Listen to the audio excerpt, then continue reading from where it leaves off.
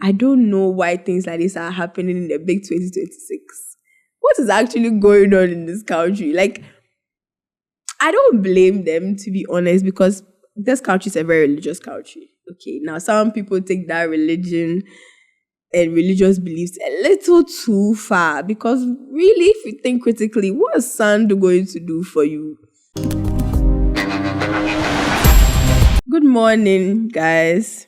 Good morning, everyone. This is the first episode of What They Go On. This is the show where we keep you plugged into everything going on in Ghana and the world around you. Now, there's a lot going on. There's a lot going on in Ghana right now. I don't like any of them. So let's get into it. Now, our teachers are being neglected. For the past 6 months, they have not been paid and they are angry. Rightfully so, to be honest. They're looking at either they're going to protest or they're going to strike. Now, we firmly call on the government of Ghana, the Ministry of Finance, the Ministry of Education, the Ghana Education Service to urgently address the following through this press briefing. 1. Payment of all outstanding salary arrears. All remaining staff identification numbers. 3. Correction of assumption of duty dates. 4. The rectification of errors in ranks, points, and management units. 5. Inclusion of missing names on both the master and the revalidation list. 6. Validation of teachers who have staff identification numbers but remain unvalidated.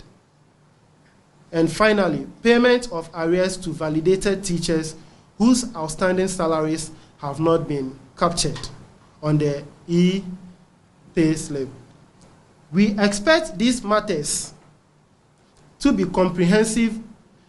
Personally, my mom, she has been a teacher for over 10, 20 years right now.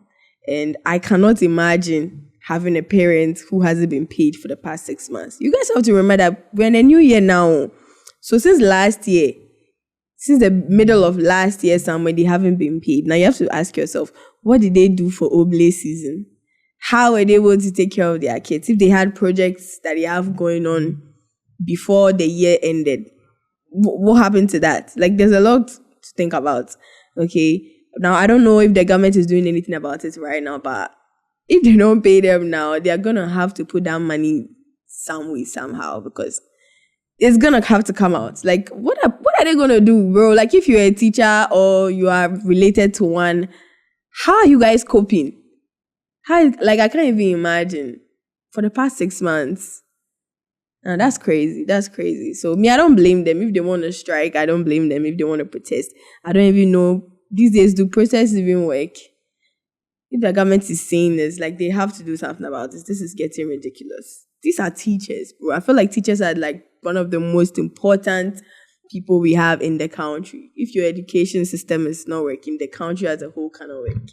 So I feel like they're the last people that should be protesting about not being paid right now. They're the last people. And if they are complaining, then something needs to be done immediately. Something needs to be done immediately. I don't know why it's even going on for this long. 1 month, 2 months, 3 months, for the past 6 months. This is a new year. What are they going to do? Because it doesn't seem like they're going to be paying them anytime soon. They didn't pay them last year. I don't know how I don't know. It sounds really bad. And I feel like somebody needs to do something about it immediately.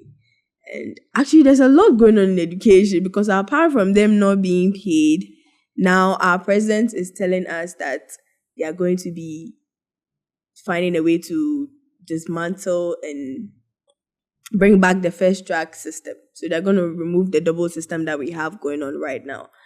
And that is also something else altogether, because I feel like, fine, they introduced the double system for a reason, okay? And maybe right now that reason might not be so relevant, but it's a system that has been going on for a while now. I feel like things that are happening now were not happening when we had just that one track system, because I feel like the double system allowed more students into the education system, because now it's a 2-track. So it's like, okay, we can have more people since they'll not be going at the same time. If that's going to be dismantled, I don't know what's going to happen to the rest of the people who are now in school because of the double track system. Like, what are they going to tell them? Are they going to go home? Like, what about all the other extra stuff that was put in place to support the double track system?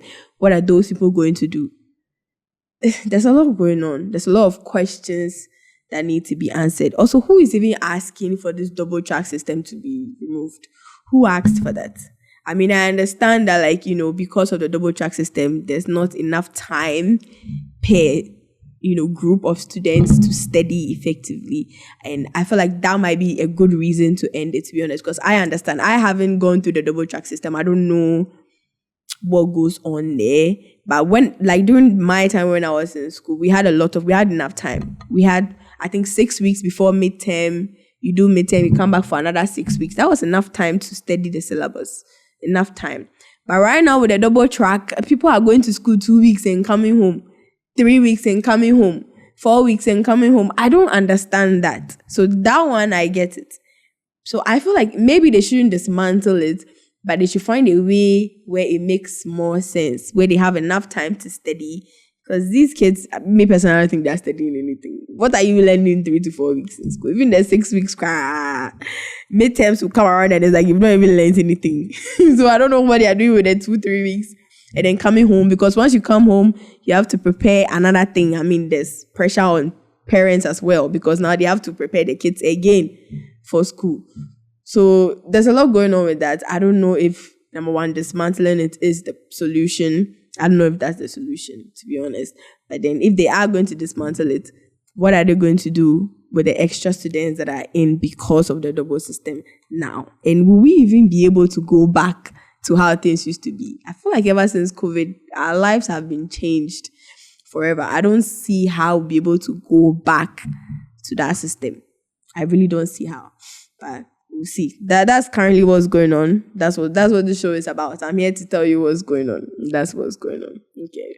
So now, away from education a little bit, there's some things going on in our religious lives right now. I don't know how many of you are familiar with Philadelphia Center, but apparently there's some miracle sand.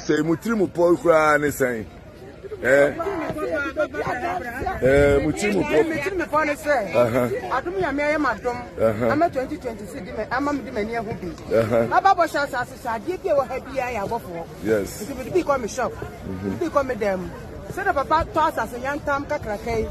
A year by this time, I'm smart on my sassy. You may see me dying. Yes, my son may come, me by me, me man, ever but as I. And you are sure. My dance, I'm will be such a more about so the car ran a big in their vicinity, and because of that, churchgoers everywhere are rushing towards it. Now, is this propaganda? Is this us just being gullible?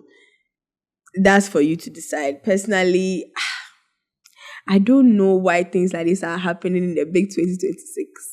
What is actually going on in this country? Like, I don't blame them, to be honest, because this country is a very religious country. Okay, now some people take that religion and religious beliefs a little too far, because really, if you think critically, what is sand going to do for you?